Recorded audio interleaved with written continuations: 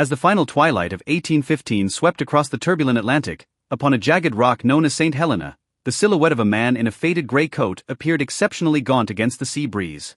Beneath his feet lay the infinite deep blue, behind him stood a few bored yet vigilant British guards.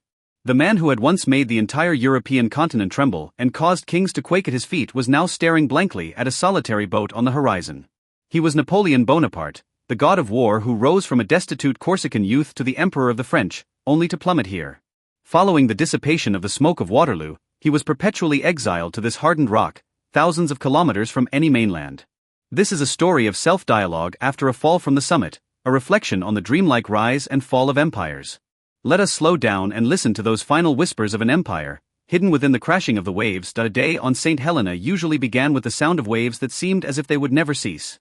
Longwood House, where Napoleon resided, was a far cry from the gilded splendor of Paris. It was a low, somber and dilapidated farmhouse with a roof that constantly leaked. As the first pale glimmer of dawn pierced through the moldy curtains, he no longer required the wake-up calls of dozens of aides-de-camp or the stirring echoes of military fanfares. His closest companions now were the willows and roses he had planted with his own hands in the dirt. He grew accustomed to sitting at a narrow wooden table, commencing the final war of his life, memory.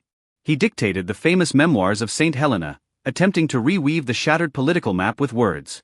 Whenever his dictation faltered, the boundless roar of the waves would surge in, a stark reminder of the boundaries of his reality. He wrote in his diary, "I once believed I could change the course of the world, now I cannot even expel the rats from this room."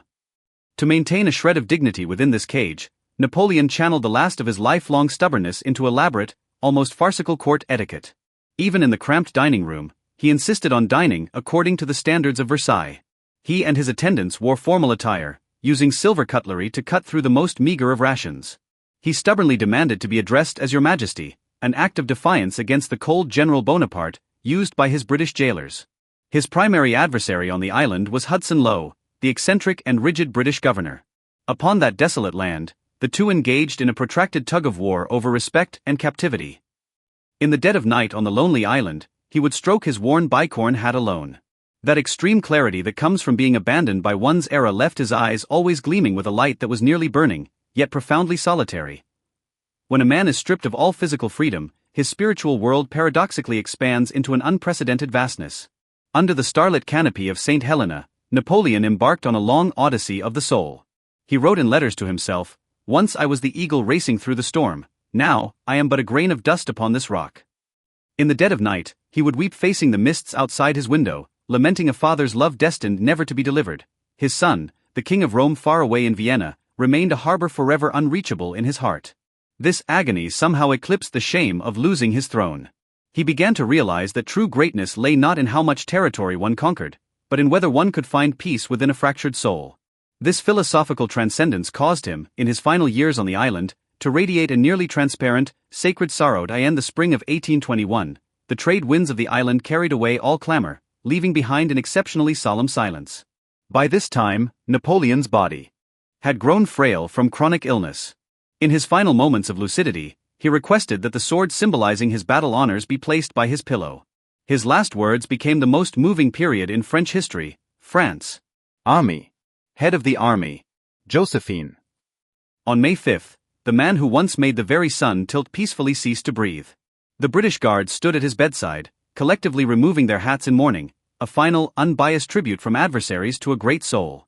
He fell into slumber in a desert grave on a lonely island, but at that moment, he officially commenced his second conquest within the collective memory of humanity. 19 years later, when Napoleon's remains were finally transported back to French soil, bells across the entire world tolled in unison. However, what truly made him shine through the long river of history was not his magnificent tomb at Les Invalides in Paris, but the dignity he displayed during those 6 years on St. Helena amidst extreme poverty and solitude. Through his desolation, he defined what it means for a hero to take his final bow. People began to study every draft he wrote on the island and the growth of every willow tree he planted, seeking answers to life itself. Beneath that handful of soil brought from the lonely island lies an initial and profound philosophical loop regarding nothingness and existence. He lost an empire, but through that period of lonely twilight, he ensured that the name Bonaparte would maintain a cold, steady and compassionate radiance within the context of world civilization. The story of Napoleon draws to a slow close amidst the eternal tides of the Atlantic. We are often accustomed to worshipping the god of war, who commanded the battlefield of Marengo like a deity, yet it is easy to overlook the mortal who stood alone upon a rock watching the sunset. He tells us that even if you know deep down that fate is destined to be a lonely journey, you can still walk every mile of the path with grace and purpose. Perhaps you, too, are currently in a state of uncertainty, or feeling the overlap of pressure and confusion. But believe this, in everyone's life, there is an unnamed Saint Helena. It is not the end, but a space of solitude that allows you to see the truth and converse with yourself. May the serenity and composure of Napoleon transform into the softest feather in your dreams, carrying you toward the most peaceful and free shores of your inner self. Good night, and may sweet dreams attend you.